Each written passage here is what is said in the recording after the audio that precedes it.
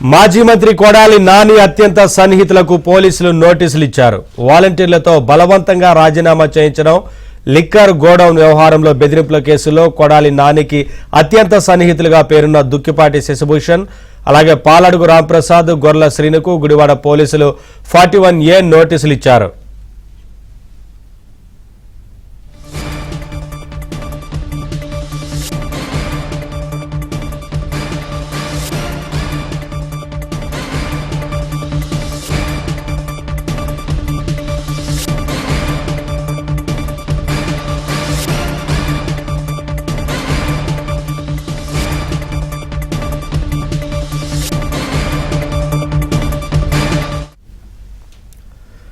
మాజీ మంత్రి కొడాలి నాని అత్యంత సన్నిహితులకు పోలీసులు నోటీసులు ఇచ్చారు. వాలంటీర్లతో బలవంతంగా రాజీనామా చేయించడం, లిక్కర్ గోడౌన్ వ్యవహారంలో బెదిరింపుల కేసుల్లో కొడాలి నానికి అత్యంత సన్నిహితులుగా పేరున్న దుక్కిపాటి శశిభూషణ్, పాలడుగు రాంప్రసాద్, గొర్ల శ్రీనుకు గుడివాడ పోలీసులు 41A నోటీసులు ఇచ్చారు. అప్డేట్స్ మా కరెస్పాండెంట్ పూర్ణ అడిగి తెలుసుకుందాం.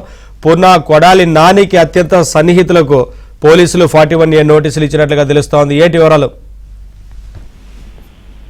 నవీన్, మాజీ మంత్రి కొడాలి నానికి అత్యంత సన్నిహితులకు ఎవరైతే ఉన్నారో వాళ్ళకి 41A నోటీసులు పోలీసులు జారీ చేశారు.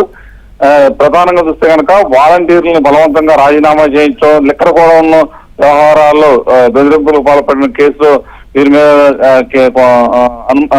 అనుమాన కేసులు నమోదైనాయి.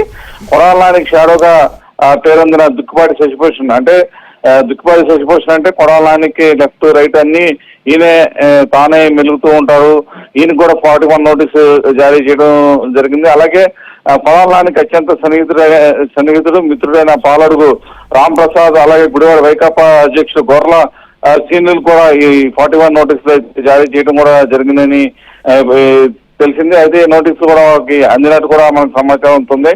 అయితే మొత్తానికి ప్రధానంగా చూస్తే కనుక మాజీ మంత్రి కొడాలి నాని, అప్పటి ఏపీ బెవరేజెస్ ఎండీ వాసుదేవరెడ్డి, జేసీ మాధవీలత రెడ్డి తదితరులపై మొత్తం కూడా వివిధ సెక్షన్ల కింద కేసులు నమోదై గుడివాడ పోలీసులు చేసిన పరిస్థితి నెలకొంది. అయితే ఈ కేసుల మీద మొత్తం కూడా వాళ్ళందరూ కోర్టుకు వెళ్ళడంతో కోర్టు కూడా 41A నోటీసులు ఇచ్చి వారిని విచారణకు సహకరించాల్సిందిగా ఆ కోర్టు విజ్ఞప్తి చేసింది. దీంతో పోలీసులు కూడా 41 నోటీసులు జారీ చేసి వారికి విచారణకు రావాలంటూ కూడా ఆదేశాలు జారీ చేశారు. Naveen, thank you Purna, thanks for the